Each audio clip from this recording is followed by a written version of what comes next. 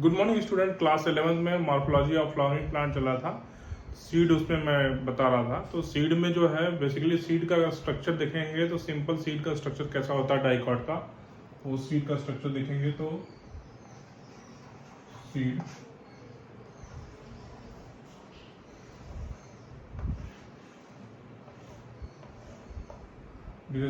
Seed का structure ये cotyledon है, ये कॉटिलेडन है, ठीक है।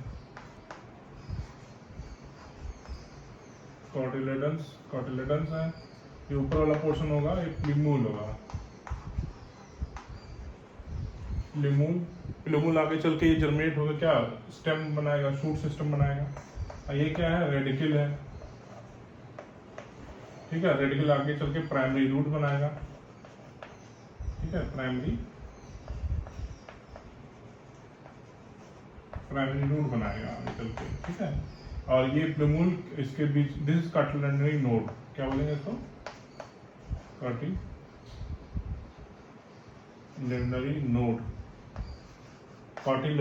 नोड बोलते हैं। और प्लीमूल और इस कार्टिलेडनरी नोड के बीच में बोलते हैं इसको इपिकॉटिल।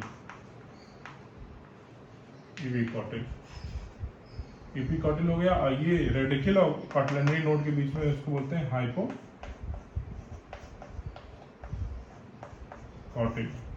तो ये हो गया सीड का स्ट्रक्चर हो गया। अब इसके बाद जो है सीड जर्मिनेशन दो तरह का होता है, एक इपीजियल होता है, एक हाइपोजियल जर्मिनेशन। तो देखते हैं उसमें इपीजियल जर्मिनेशन कैसा होता है।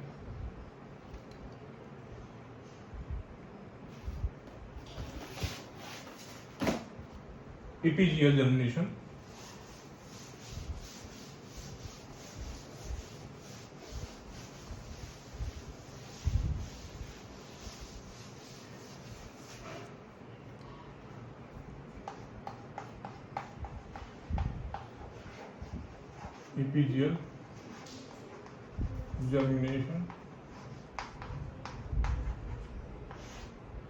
इपीजियल जर्मिनेशन होता है। इसमें जो initial elongation of plant is due to the, basically इसमें initial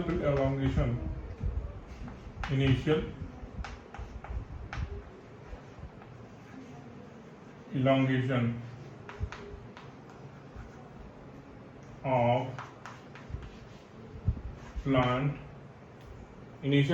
of plant is due to hypocotyl. इसका काम होता है हाइपोकोटाइल काम होता है। Initial elongation of plant is due to the hypocotyl. तो इसमें जो होता है, जैसे मैंने बताया कि सीड का स्ट्रक्चर होता है, ये सीड का स्ट्रक्चर है। इसमें सीड में क्या है, ये रेडिकल हो गया, ये हो गया, दिस इज अ हाइपोकोटाइल, और ये हो गया रेडिकल। क्योंकि रेडिकल से ऊपर वाला जो पोर्शन था हाइपोकोटाइल हमने बताया था, रेडिकल जो आगे चल के रूट सिस्टम बनाएगा।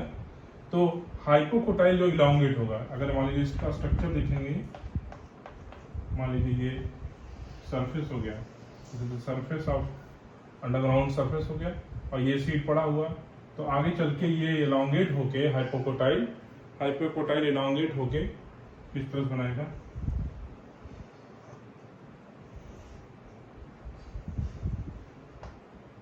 ये हाइपोकोटाइल इलॉन्गेशन, जैसे इलॉन्गेशन ऑफ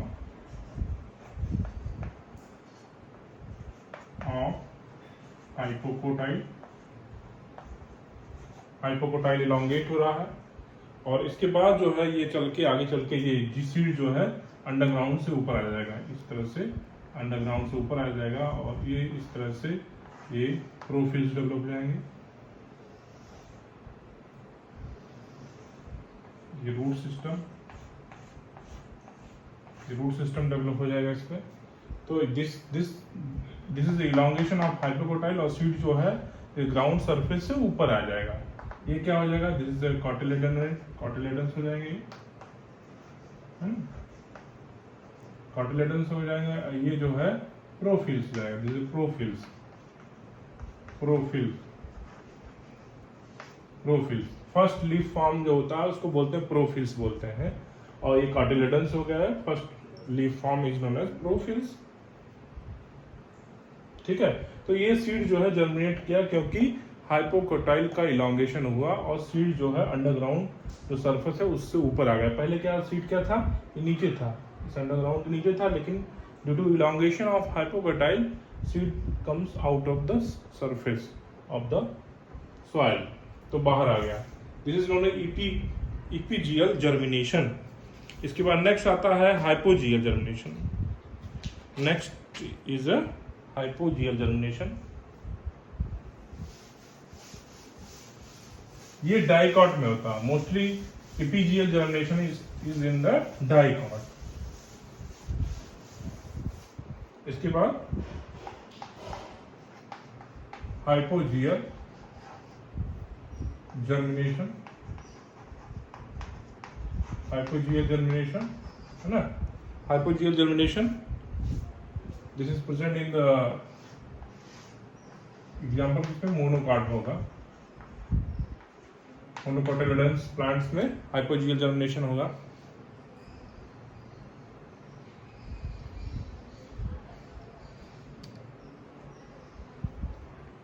मोनोकॉट में होता है and in this type of germination major part of the seed remains under the ground. Major part of seed remains under the ground.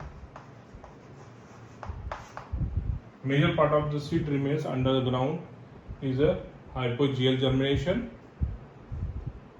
Major part of seed remains under the ground is known as hypogeal germination. Monocot का example है। तो monocot अगर इसका मान लीजिए ये ground surface है, अगर सीड का स्ट्रक्चर देखेंगे मोनोकॉट का, तो इस तरह से सीड का स्ट्रक्चर था। सीड का स्ट्रक्चर था, ये क्या था, इसके ऊपर जो कवरिंग शीट थी प्लूमूल की जो कवरिंग शीट थी उसको कोलियोटाइप बोलते हैं। क्या बोलते थे, कोलियोटाइप। और जो इसकी रेडिकल की शीट है उसको बोलते थे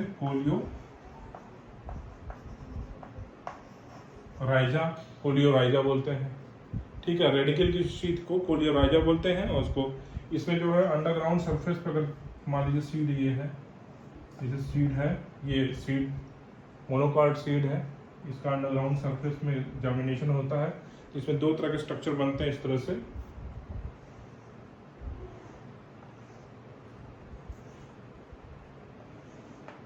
दूसरा ये क्या हो गया, इपीकॉटिल हो गया, ये हाइपोकॉटिल हो गया। दिस इज इपीकॉटिल और ये हो गया हाइपोकॉटिल, है ना। ये इपीकॉटिल हाइपो, इसमें क्या होगा, seed germination due to elongation of epicotyl. उसमें क्या था, seed germination due to elongation of hypocotyl. मतलब कि इपीजियल में जर्मिनेशन जो हो रहा था वो हाइपोकोटाइल के इलोंगेशन के कारण हो रहा था। But in this case in hypogeal germination the seed germinate due to elongation of epicotyl. ठीक है, तो इसमें इपीकॉटिल का इलोंगेशन होगा। तो इलोंगेशन होगा कैसे बनाएगा, इसमें सीड का जो मेजर पार्ट होता है वो अंदर ही रहेगा, सीड इलोंगेट होगा।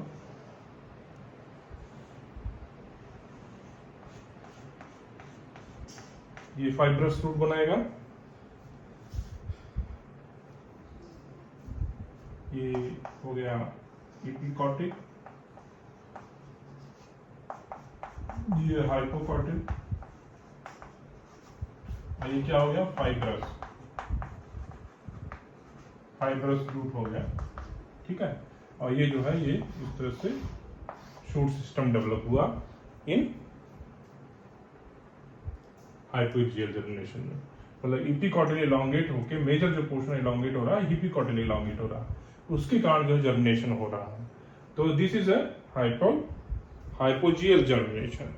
ठीक है, initial elongation of plant is due to elongation of epicotyl. इसको क्या लिख सकते हैं,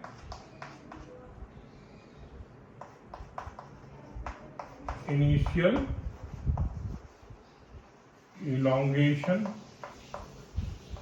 of plant is due to